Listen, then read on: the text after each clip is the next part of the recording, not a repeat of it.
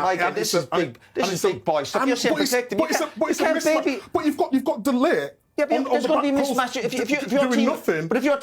If they've got players, a lot more players bigger than your lads, you're going to be outmatched somewhere. But not in the centre of the goal. But if it comes there, it's come to the. But he's only leaning into him. But that's the goalkeeper. You can't babysit a goalkeeper. I agree with you that the goalkeeper should definitely do better. But I also believe he could be the last player you want in there is that, Mike, a little bit to do with the smartness of Arsenal's routine that they sort of eliminate Manchester United's best aerial defenders in that situation? What they do? Why I believe De Ligt was at the far post, because Arsenal sometimes have all the players that start at the front and then go to the back. So they must have thought the ball was going to the back post. Roy Keane, how significant do you think that victory is? It's an important start for him with the other teams doing so well over the. Reminded me a little bit of early season last year where everyone said, "Oh, they're just a set piece team," and they were like, "Well, they were winning games with set pieces." And I think Arsenal have a couple of different ways to win, and that sets them apart from some of the other teams in this league. So yes, it wasn't beautiful and pretty and silky, as Musty said, but they will get there. And to be quite honest, they celebrate 1-0s. They celebrate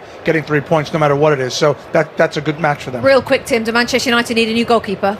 I think so. Yeah, absolutely, I think so. Okay, Andre Onana not in the squad today. Manchester United. Yeah. Will he be pleased with a lot of that? Be pleased. He'll take a lot from the work that he's done, the progress we can see from pre-season. In a strange way, Bex, the top end of the pitch where they spent $300 million was the area that slightly let them down. Didn't quite have the shortness, didn't quite have that touch around the last part of the pitch. And so they didn't get the win. But just as the boys were talking about Arsenal, I just get the sense today, Bex, that Arsenal weren't going to concede a goal, you know. Those centre-backs, with the way they were playing, there's something there that's just slightly bit different, and maybe that's something Manchester United have to get back to. But 3 years of coming second, they've shown that they can dig one out when they need to, and that's a good sign for the start of the season. Manchester United may have lost 1-0 to Arsenal at Old Trafford, but there were positives to take home. Ruben Amorim's men dominated the ball, created chances, and showed energy through new signings Bryan Mbeumo and Matheus Cunha, while Patrick Dorgu nearly found the net after hitting the post. The performance showed attacking promise, even if the finishing wasn't sharp enough. However, defensive frailties remain. United conceded from a corner after a costly error by goalkeeper Altay Bayindir.